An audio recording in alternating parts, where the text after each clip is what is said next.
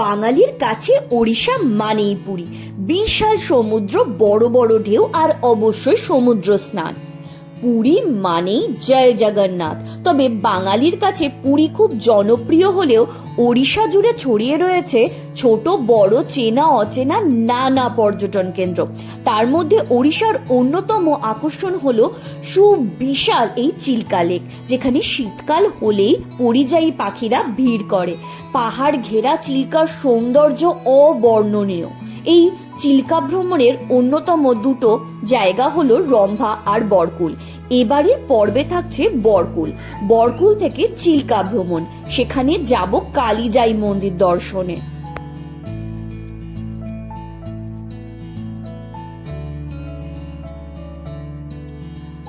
আমি এখন এই কালিজাই টেম্পলে যে আইল্যান্ড আছে তার একটা পাশে রয়েছি। এটা হচ্ছে বিশাল চিল্কা লেক, মানে দেখলে সমুদ্রই মনে হয়। অ্যাকচুয়ালি চিল্কা লেক কিন্তু ওয়াটার লেগুন, মানে এখানে কিন্তু সমুদ্র জল ঢোকে। আগের পর্বে দেখিয়েছিলাম রম্ভা থেকে একদম সকালবেলা বেরিয়ে বানিয়াচিকিলিতে ব্ল্যাকবাগ দেখে চলে গিয়েছিলাম নির্মল ঝাড়ে।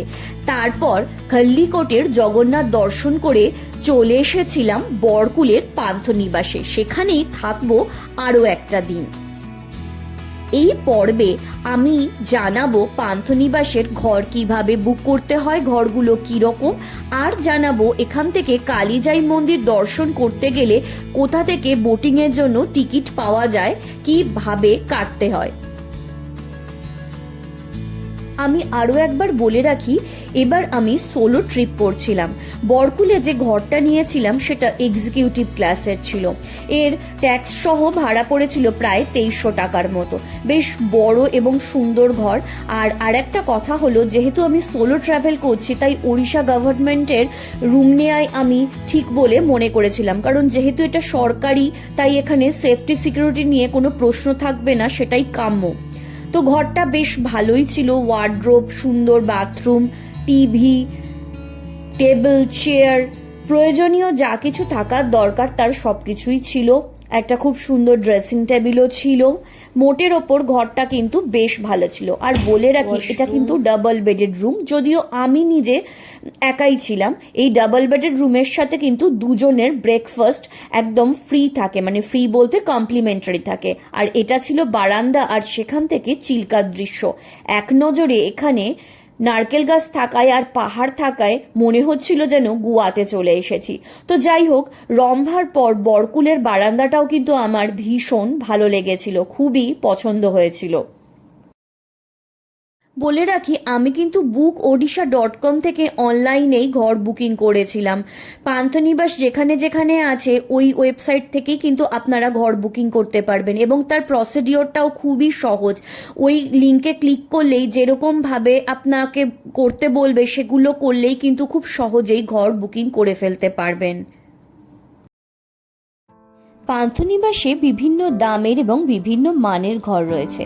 এটা হলো বরকুল পান্থনিবাসের একদম বাইরেটা।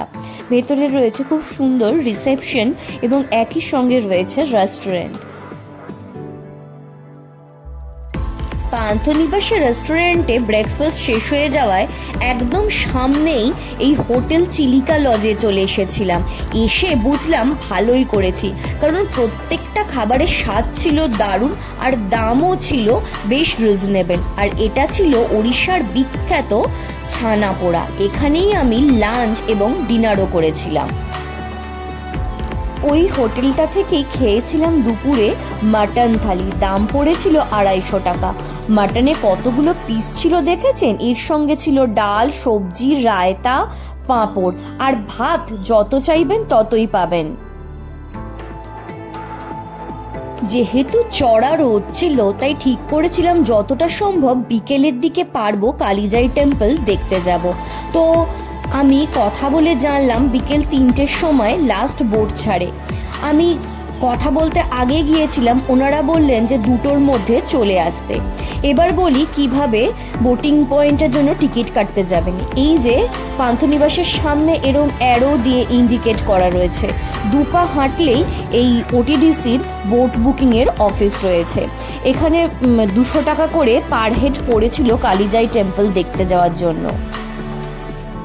বলে রাখি, যখন বোটিং করবেন তার অন্তত 2 থেকে 3 ঘন্টা আগে বোটিং কাউন্টারে চলে যাওয়ার চেষ্টা করবেন, কারণ যেরকম লোক হয় সেই অনুযায়ী ওরা বোট ছাড়ে। যেমন আমি 2টোর সময় যেতেই ওনারা বললেন যে আপনার জন্যই অপেক্ষা করছি, আপনি এক্ষুনি টিকিটটা কেটে চলে যান। তো আমি সেই মতোই টিকিট কেটে 2:15 বোটে উঠে পড়ি।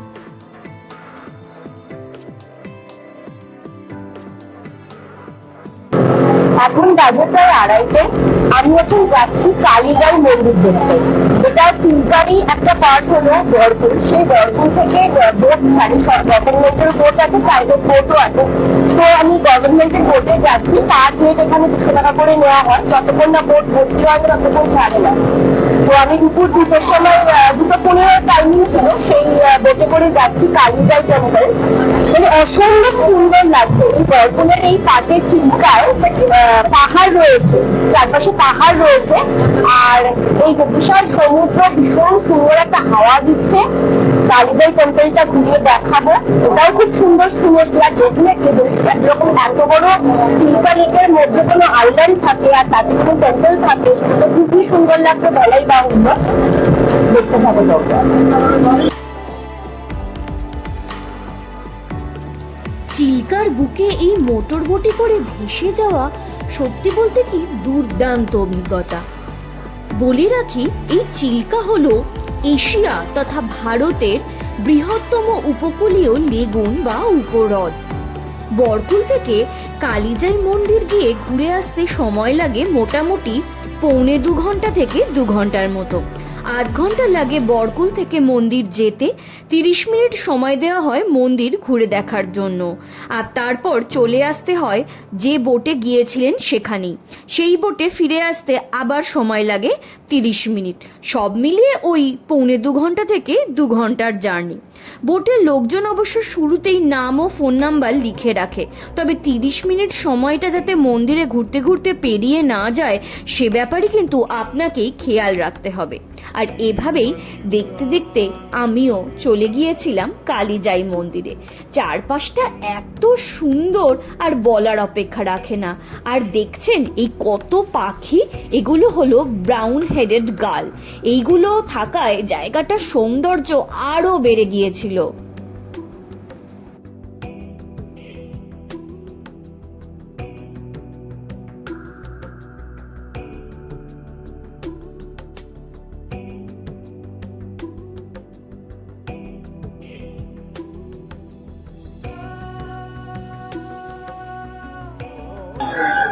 ফাইনালি আমার একটা স্বপ্ন পূরণ হলো। আমি চলে এসেছি চিল্কা লেকের মধ্যে কালীজাই টেম্পলে। চারপাশে প্রচুর, মানে পুরো লেকটা বিশাল বড়, মানে যেদিকে তাকানো যায় শুধু জল আর জল। আর আমি এখন রয়েছে একটা আইল্যান্ডে, চিল্কার মধ্যে একটা আইল্যান্ডে, যেখানে রয়েছে কালীজাই টেম্পল। কালীজাই টেম্পলের আরাধ্যা হচ্ছেন কালীজাই, দেবী কালীজাই। তবে এই কালীজাইকে কালীরই রূপ মানা হয়। আর আমি জানি না এই ক্যামেরায় কতটা আসছে, আমার পিছনে এই লেকের মধ্যে ভেসে বেড়াচ্ছে অসংখ্য সিগাল। মানে এই জায়গাটা এতটাই সুন্দর এবং কলকাতা থেকে মোটেই বেশি দূর না। সেই জন্যই বলবো যে যদি পারেন একবার অবশ্যই ঘুরে যান বরকুলে।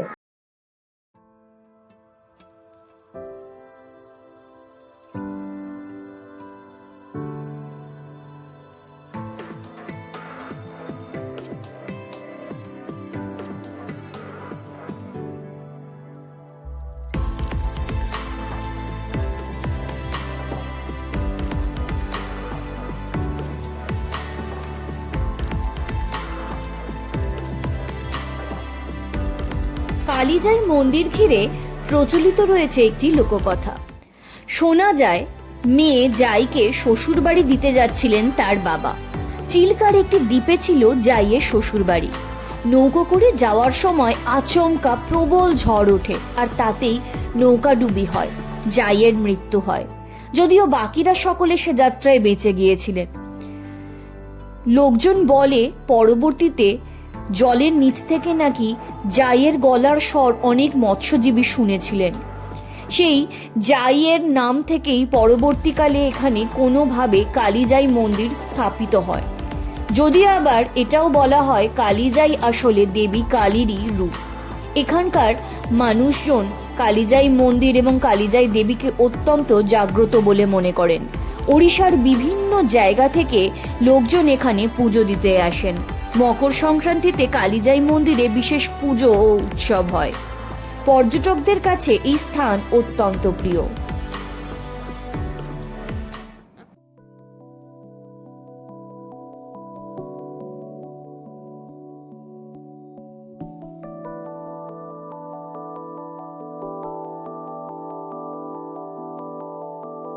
কালিজাই টেম্পল থেকে ফেরার পথে ফের সঙ্গী হলো এই ব্রাউন হেডেড গালগুলো। তাদেরকে সামান্য খাবার দিতেই তারা রীতিমতো পিছু নিল আমাদের।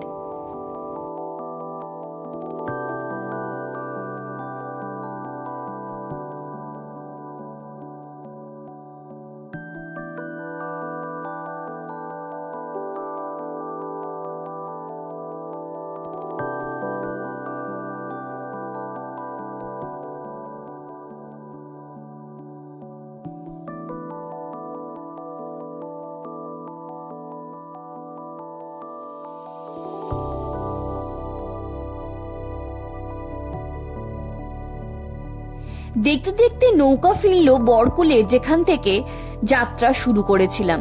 এখানেই রয়েছে ওয়াটার স্পোর্টস কমপ্লেক্স। জেটস্কি থেকে শুরু করে নানা ধরনের ওয়াটার স্পোর্টসের ব্যবস্থা রয়েছে এখানে। বিভিন্ন স্পোর্টসের জন্য বিভিন্ন রকমের দাম ধার্য রয়েছে। চাইলে এখানে আপনারা ওয়াটার স্পোর্টস এনজয় করতে পারবেন।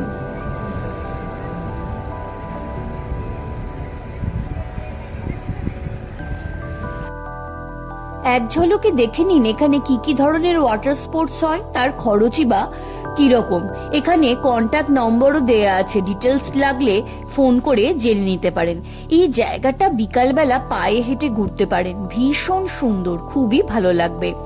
আর এর সঙ্গে শেষ করছি আমার রম্ভা বরকুল সিরিজের লাস্ট ব্লগটাও।